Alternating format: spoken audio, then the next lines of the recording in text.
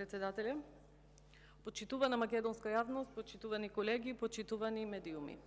Расправаме за разрешување на министерот за информатичко општество и администрација, Адмири Малити од Алтернатива, кој изработил нов балансер по негов терг, спротивен на законот за вработување во јавниот сектор, според податоците од последниот попис, но исклучиво на резидентно население.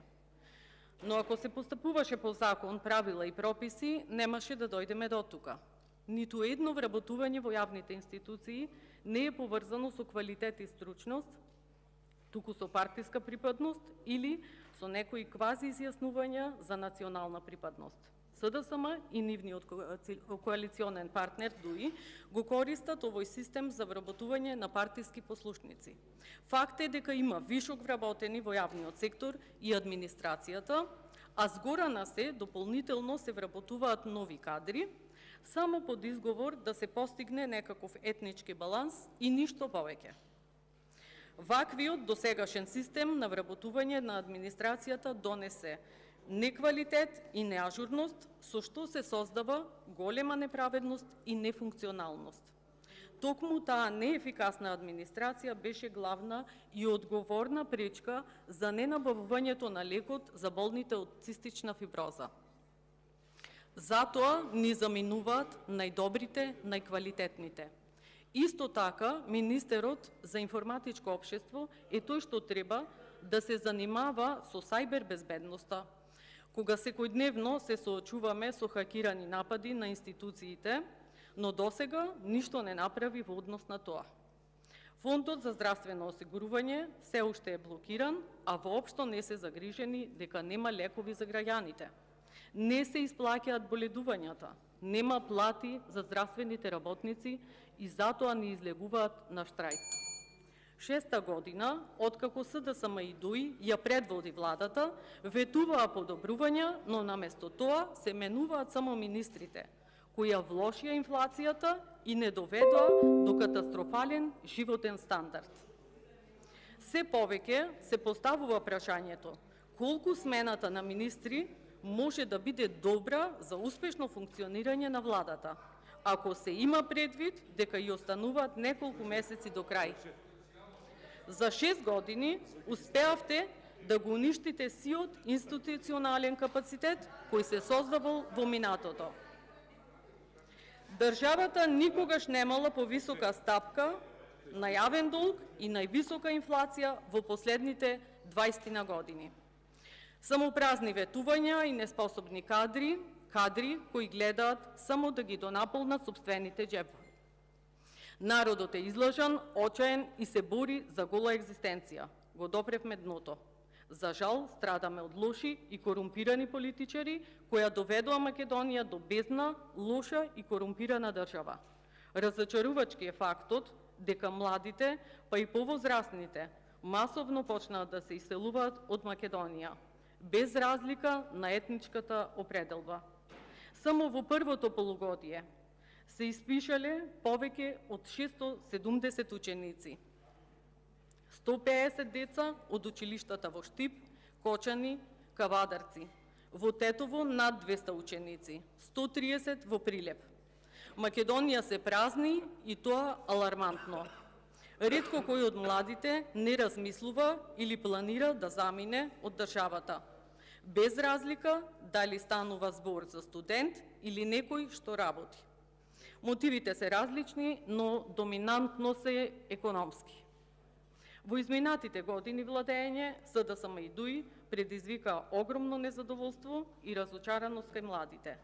Една од причините е високата невработеност, економската безперспективност и социјална несигурност, катастрофалното образование и здравство, како и неможност за напредок во кариерата. Ги доведовте во ситуација младите својата иднина да ја гледаат и бараат надвор од државата. Загрижувачки е високото ниво на корупција и криминал, нефункционално судство, општ распад на судството, голема недоверба на граѓаните во судскиот систем и не може да добијат правда, најчесто ради корупција која е инволвирана во судскиот систем. Не може да добијат правда најчесто ради корупцијата. Ќе се повторам, во образованието и во сите слоеви на општеството. Дека довербата е на многу ниско ниво, покажува и процентот од само 4% на доверба во судството и обвинителството. Тоа се потврдува и според индексот на владење на правото на Вашингтонската невладина организација World Justice Project и Македонија според индексот на владење на правото се наоѓа на 63-то место, која во 2015 година била на 44-то место. Во однос на економската состојба, Македонија руши рекорди по инфлација. Власта е неспособна да ги заштити граѓаните од постојаните поскапувања, но и не ги заштитува компаниите кои поради кризата секојдневно ставаат клуч на врата, а со тоа илјадници граѓани остануваат на улица.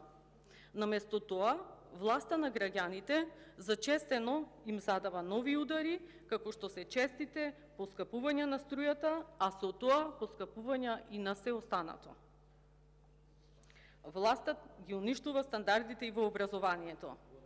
Образовниот кадар се соочува со тотален колапс на системот. Уписите во средно се одвиваа скандалозно, сведителствата доцнеа.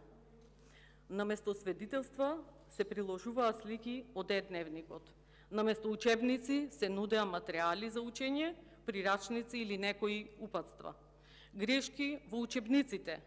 Училишта без учебници и без ученици ќе останеме. Ова покажува тотална неспособност и неодговорност на властите. Образованието тоне исто како што тонат сите области во Македонија. Заради неспособноста на оваа влада, компаниите и фирмите плаќаат енормно висока цена на електрична енергија и не може да го издржат овај терет, па се приморани да ги затворат или да ги отпуштат вработените. Статистиката вели дека секој трети граѓанин во земјава е сиромашен. Македонија е на врвот на листата во Европа, имајќи ги предвид невработеноста и процентот на инфлацијата. Дали во време на ваква економска криза е соодветно да се фрлаат илјадници евра за златен прибор во владата? Последица на лошите економски политики на власта, предизвикана од инфлацијата, која самата власт не ја спречи. Невработеноста е на енормно високо ниво и што е најтрагично, не спроведоа соодветни мерки за намалување на невработеноста и на сиромаштијата.